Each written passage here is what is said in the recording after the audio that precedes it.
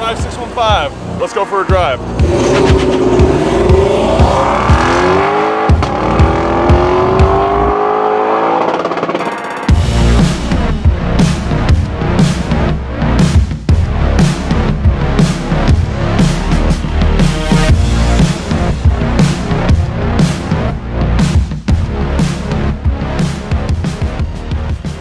This is the 2021 Lexus LC500 Convertible. I've had this luxury drop-top convertible as a press vehicle from Lexus for the past week, during which I've been daily driving it and experiencing all that it has to offer. First, we're going to take a look at the exterior, then we'll hop inside, take a look at some of the interior features, then we'll go out and take it for a drive. The exterior color of this vehicle is yellow flare, a very interesting and bold color, but I think it's fitting for the design language of this vehicle. And for point of reference, here is a yellow microfiber towel, and as you can see here, this is not your typical yellow. This is more of like a flare yellow, so I guess fitting name for the color, fitting color for the car. Total MSRP as tested, $111,920. Let's go ahead and take a closer look at the exterior. Starting out in front, I really like the striking and beautiful design language of this vehicle, and that can really be seen here through the front grille. It's got a nice texture element to it. It's got a great 3D flow as it kind of comes down through here and expands out as it meets the lower lip. It really gives the front end of this vehicle a very unique look. We've also got our Arrowhead LED daytime running lights with ultra compact triple projector LED headlamps.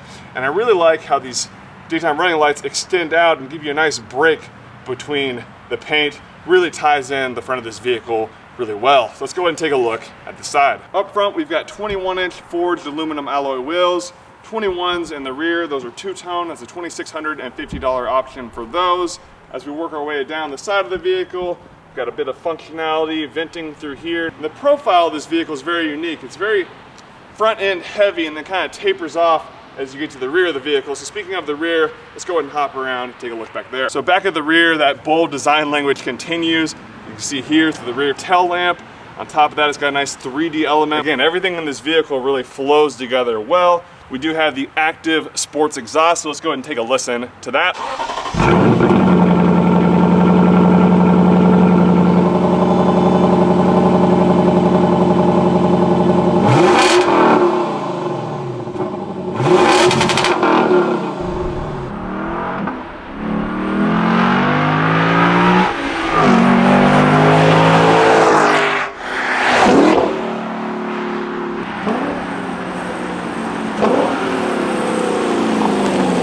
Man, that V8 sounds really good, and that sport exhaust really complements it and opens it up. As far as cargo space goes, not a ton of cargo space. Again, this is a convertible, so you gotta have room for the soft top to fold back and the mechanics for that.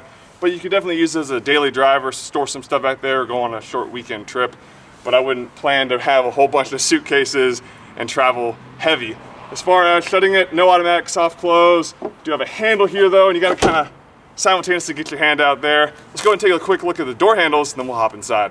As you see here, the door handles sit flush. You've got an indentation here. You push down on that, that'll pop open the door handle, revealing a little Lexus logo there. Locking the door, we'll bring them back in, and unlocking it with the key fob, we'll pop it right out. Let's go ahead and hop inside. So as part of the touring package, we get a leather trimmed heated steering wheel. It's a small diameter steering wheel, 3-spoke design, and I really do like the smaller diameter, especially being a taller guy. Having long legs is really helpful when cornering to give me as much room as possible. I like the magnesium mounted rear paddle shifters.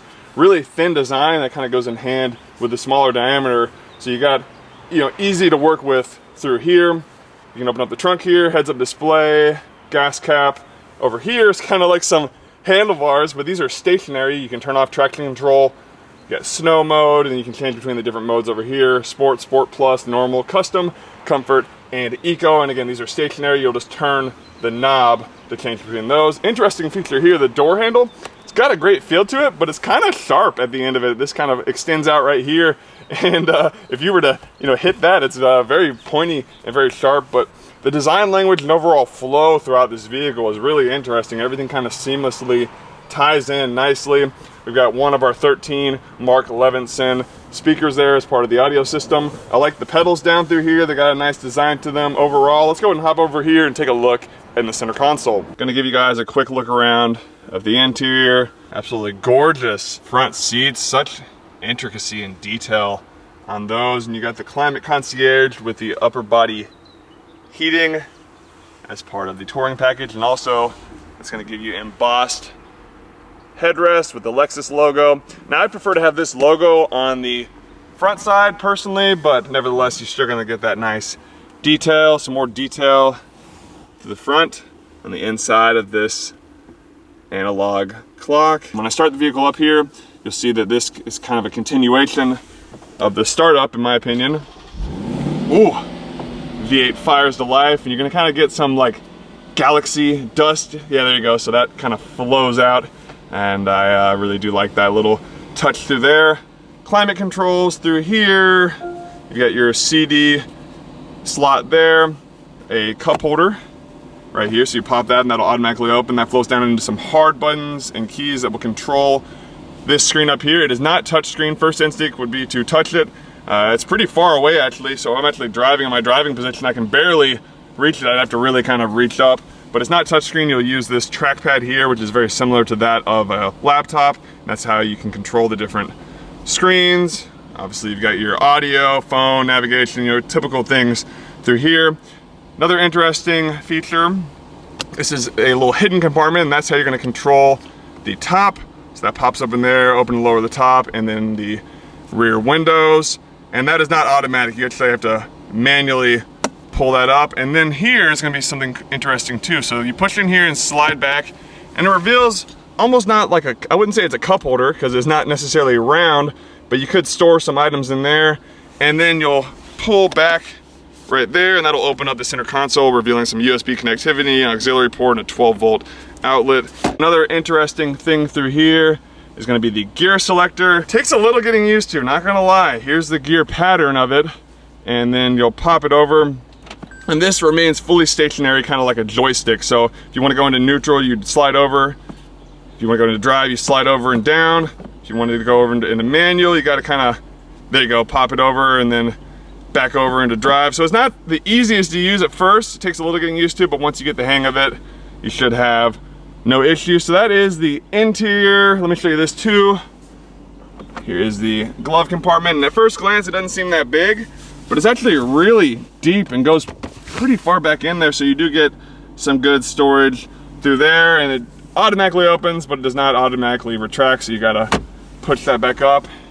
And then lastly, rear seats.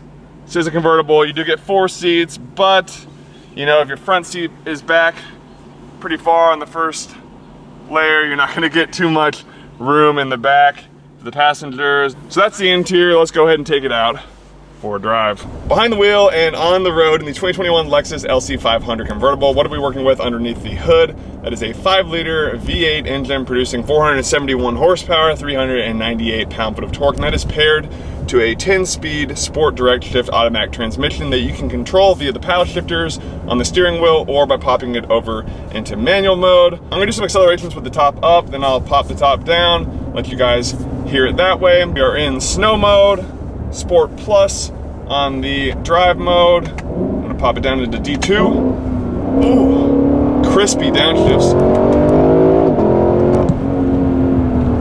Now it's not incredibly fast, but with that rear wheel drive, it gets you, you know, on the edge of your seat. So I'm gonna pop it down into D2, get a good acceleration.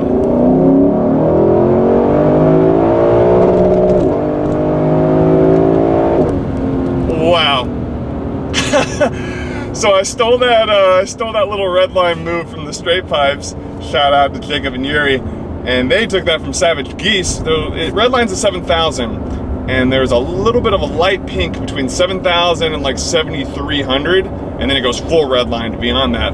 But that's the first time I've really bounced it off the Revla burner, and it's kind of cool. It does that like little like back pop, back shift. And of course, I'm not going to do it very often. I just did that once to kind of test it out, and it was actually very exciting and exhilarating. I'm going to do some more downshifts here. D6, D5, D4, D3, D2. This transmission is quick. The shifts are smooth and seamless when you're just daily driving in. When you're doing these downshifts, that's wild. I love it. I really do like it. Again, it's not extremely fast by any means on the acceleration, but it makes up for that drivability and handling. So of course this is a convertible, so I think it's only fitting that we, you know, put the top down. It's 31 degrees here in Nashville, but nevertheless, we will do that for you guys. You got to be under 31 miles an hour. The total time it takes to put the top down, not too long, about like 17, 18 seconds or so. And it is very brisk here, to say the least. So the sequence is wrapping up here. I'm gonna roll up the side windows for you. I'll put up the back windows as well. Now we're gonna do some more accelerations. We've got the top down, open air experiencing. Makes it that much more visceral. That's one thing I do like about convertibles, especially convertible sports cars. You get that nice, you know, performance from the engine. You get the good sounds of the exhaust. You get the open air freedom, the wind blowing in your hair and your face. Again, ideally you wouldn't want to do this when it's 30 degrees, but I wanted to test out the convertible for you guys. We'll do some downshifts for you here. D3. What?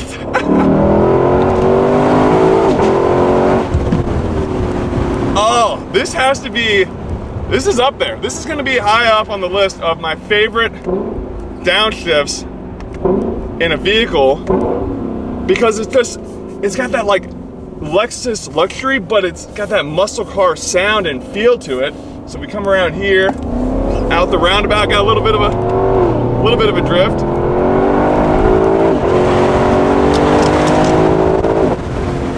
Got my GoPro flying up over there. It puts a smile on your face for sure.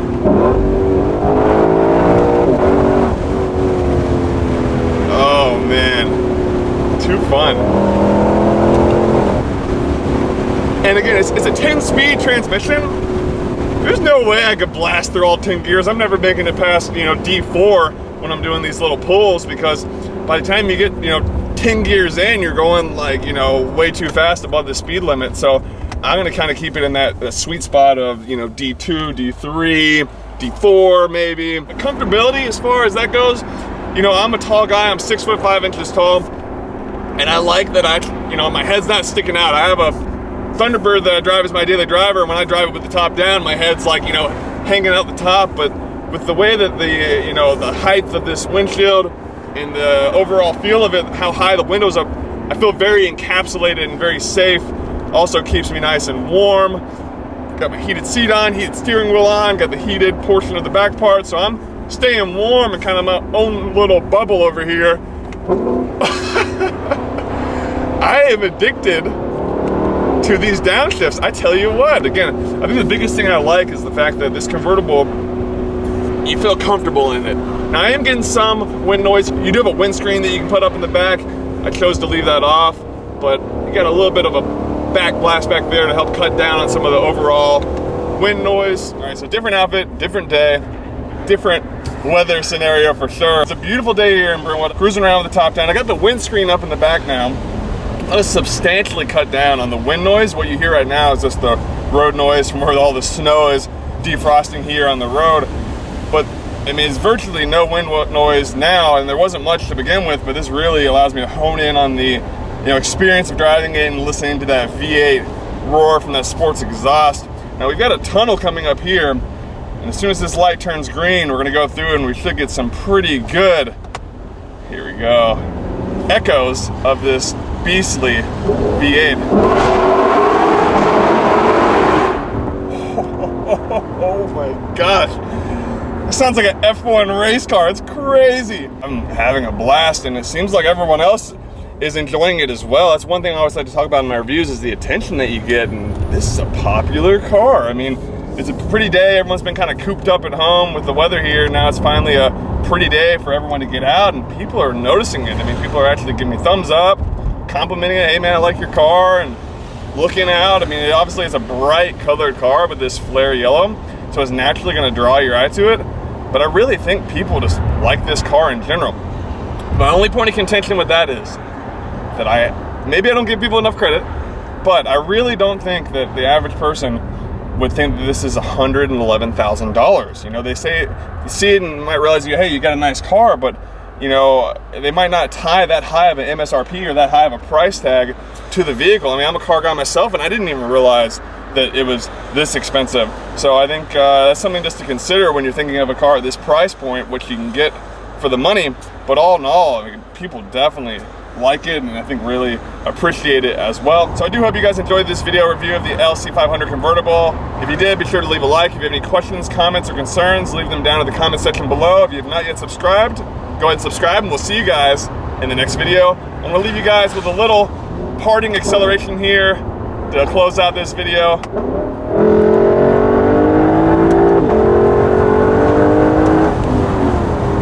That was a big acceleration. See you guys.